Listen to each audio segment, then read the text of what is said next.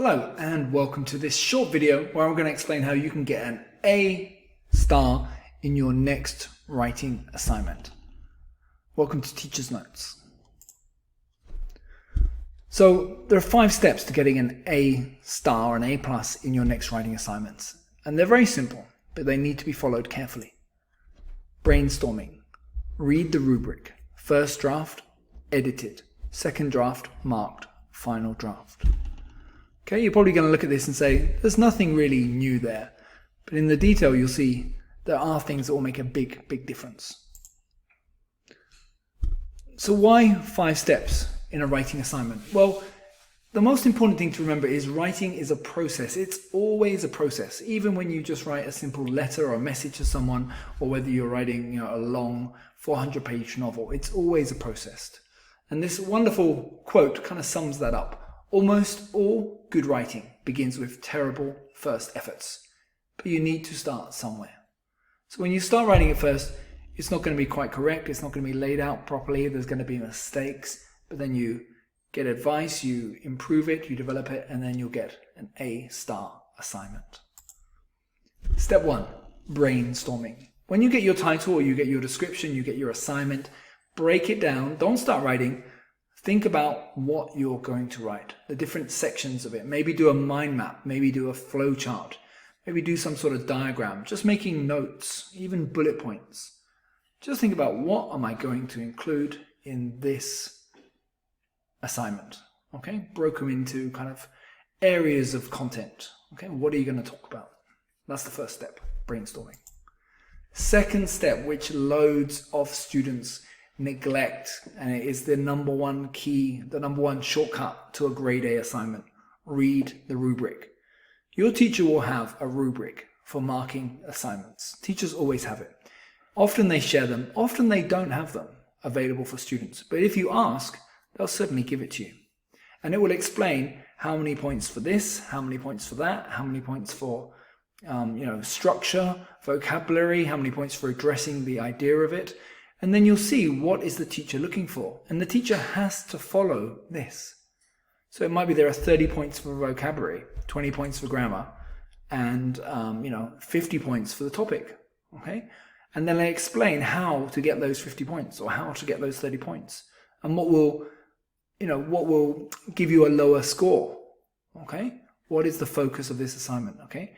This is like a super shortcut, okay? When you see a rubric at first, you'll probably be a little bit confused. You're like, I don't really understand it. Read it carefully and you'll see, okay, if the student does this, they'll get 3 points. If they do this, they get 5 points. This will be 7 points and this will be 10 points.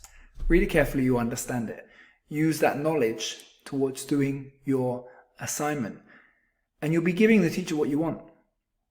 Some students do wonderful assignments with great information, but it doesn't address the rubric. And so they have to get a low score because they've missed what they were supposed to do. Find out what you're going to get graded on and write accordingly. The rubric. Do your first draft. Sit down, get a pen and paper, or grab your computer and do your first draft as best you can. When you finish your first draft, obviously give it a quick edit. Read it through, tweak it, make it a little bit better. Then give it to a friend, a peer, a classmate, a sibling, someone who you trust and someone who you think will give you some constructive feedback. Does it make sense? Is it interesting? Is it well structured? Are there obvious grammatical or vocabulary mistakes or spelling mistakes? That reliable friend will point you in the right direction. Even the best writers do this. For example, Stephen King, one of the most successful writers of the 20th century, always hands his first drafts to his wife, and she gives him feedback, and she sees it and helps him to create the second draft before he gives it to anybody else. If it's good enough for Stephen King, it's good enough for us. Then you do your second draft with your feedback from your peer. Okay, and when you're doing your second draft, you're going to make it better. You're going to make sure you're using things to make it interesting. Adverbs. Students usually forget adverbs and they make writing so much more interesting. Use some adverbs. Interesting adjectives rather than good and big and beautiful. get that thesaurus out and find some great adjectives. Use clauses. Also, if appropriate, use direct speech. If it's a story, put some direct speech in it. It will show that you know how to do the punctuation for direct speech, and it will just make it more interesting.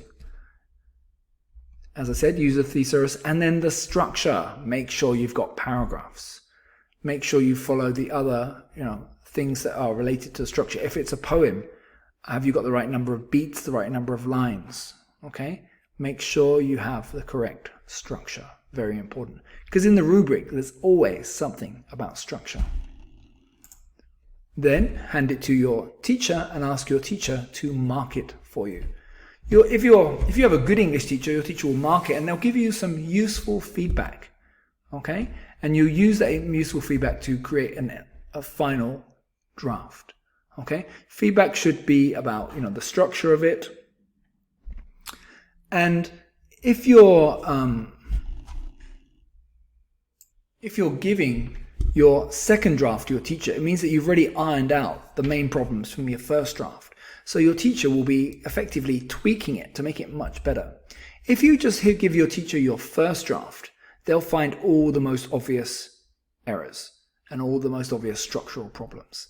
And that's what their advice will be on. So it will be bringing it from a grade C paper to a grade B paper. However, if you have a friend or a sibling who's helped you edit the first draft, then you're now looking at taking your paper from a B up to an A. So your teacher will be giving you great advice to fine-tune your assignment to get a high score. Use that advice. Do your third draft.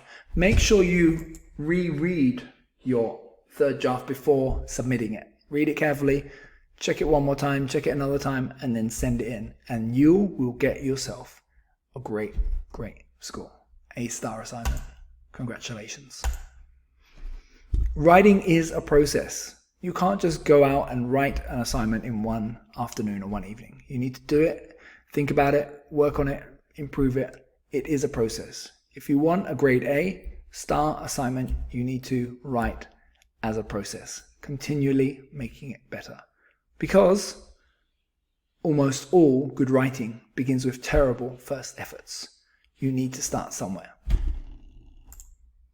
I hope you found this video useful. I hope you're going to follow the advice and you're going to get an A-star in your next writing assignment. If you do, leave a comment, give me some feedback, and be sure to subscribe to Teacher's Notes YouTube channel.